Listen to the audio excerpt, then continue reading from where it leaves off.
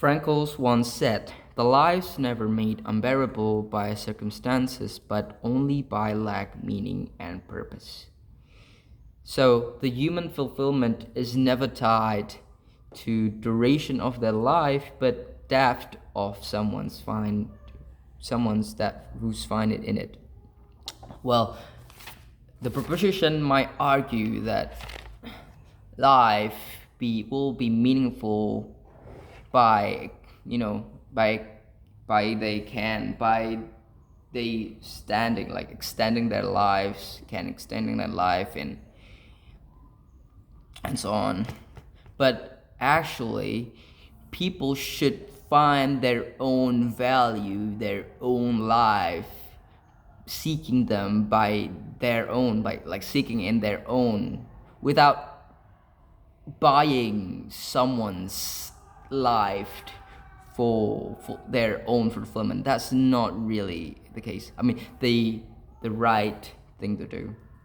And the stance here, the opposition strongly opposes the resolution. We argue that allowing individuals to buy remaining years of life is ethically and socially problematic and will result in significant negative consequences. Here's my definition.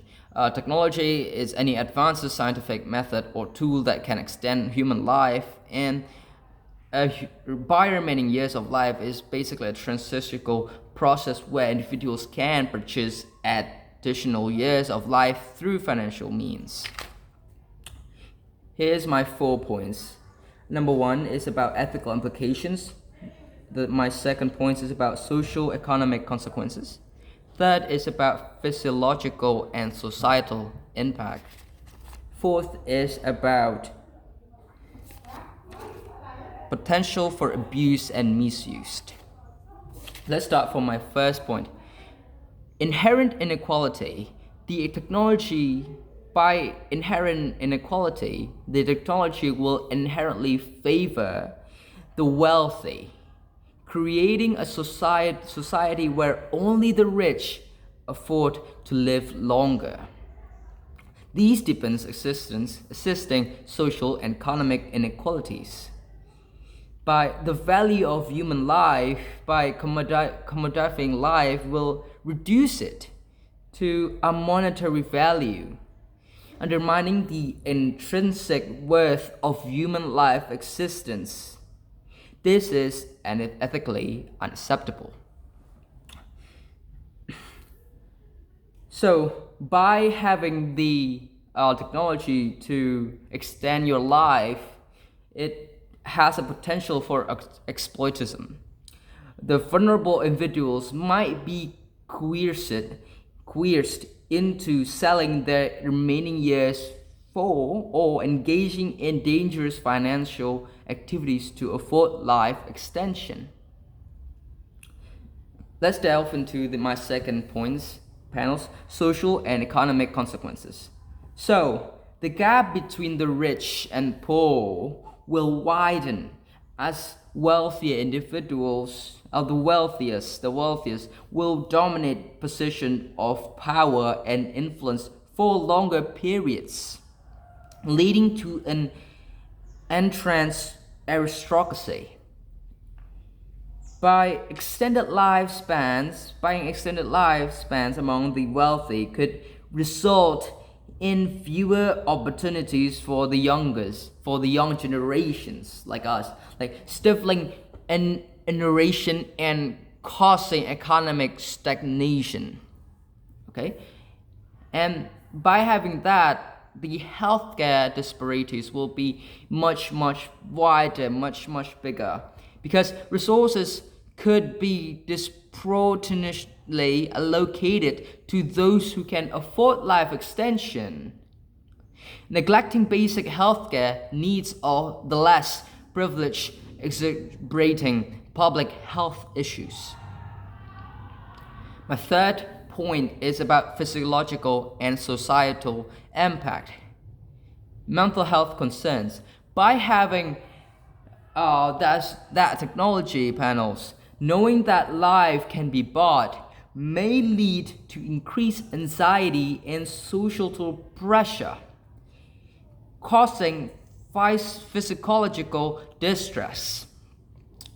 The divide between those who can and cannot afford, those privileged and underprivileged, life extension may lead to social unrest, resentment, and potential conflicts amongst them. And the moral decay, the societal value system might shift towards the materialism and greed, undermining values such as compassion, empathy, and community. Panels, my fourth point is about potential for abuse and misuse. While the proposition might argue that if these technologies are here, are materialized, are already here, they think they might say that it's already been guarded very, very strictly, been secured. There's a protocol in it and so on, but there's still a vulnerable ways to, it's still vulnerable, very vulnerable to be waste of corruption and fraud. The process of buying life, yes, could be susceptible to corruption, fraud, and black market activities. While they say that it should be legalized in Shopee or Tokopedia, whatever, the inadequate regulation could lead to dangerous practices and exploitation of desperate individuals. Enforcing fair and ethical use, the government challenges, use of the technology would be incredibly challenging. The government challenges will lead to widespread of abuses. And here's but the freedom cannot exist. So the increased freedom and choice. So they may argue about the increase in freedom choice. We believe that true freedom cannot exist in a system where financial means determine access to fundamental human rights, such as the right to live. People should find their own value in their own life, whether they have a very, very strict parents or very, very strict work, very, very workaholic and stuff. They need to find their own life, their own value, their stake on their value in their own life, not buying from the others, okay? And the second one is about technological advancement and progress.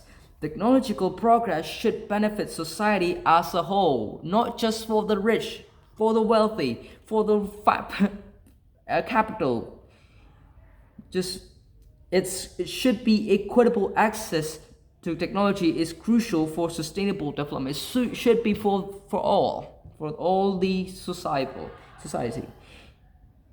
And they might argue about the personal responsibility. They might be, it's my responsibility, it's my body, it's my own life, whatever. The argument that individuals should have the right to decide how they spend their own life overlooks systematic inequalities and the broader societal impact of such decisions. Allowing individuals to buy remaining years of life panels will exacerbate inequality, create ethical dilemmas, and lead to significant social and economic issues. For all just, equitable society, we must oppose the common commodification of life, instead focus on ensuring that technological advancements benefits all members of society equally. We urge you to reject the resolution to consider the far-reaching negative consequence of allowing life extension to be bought and sold. True progress, their progress lies in equitable access to health care and life-saving technologies for all. That's it from me, from the opposition. Thank you.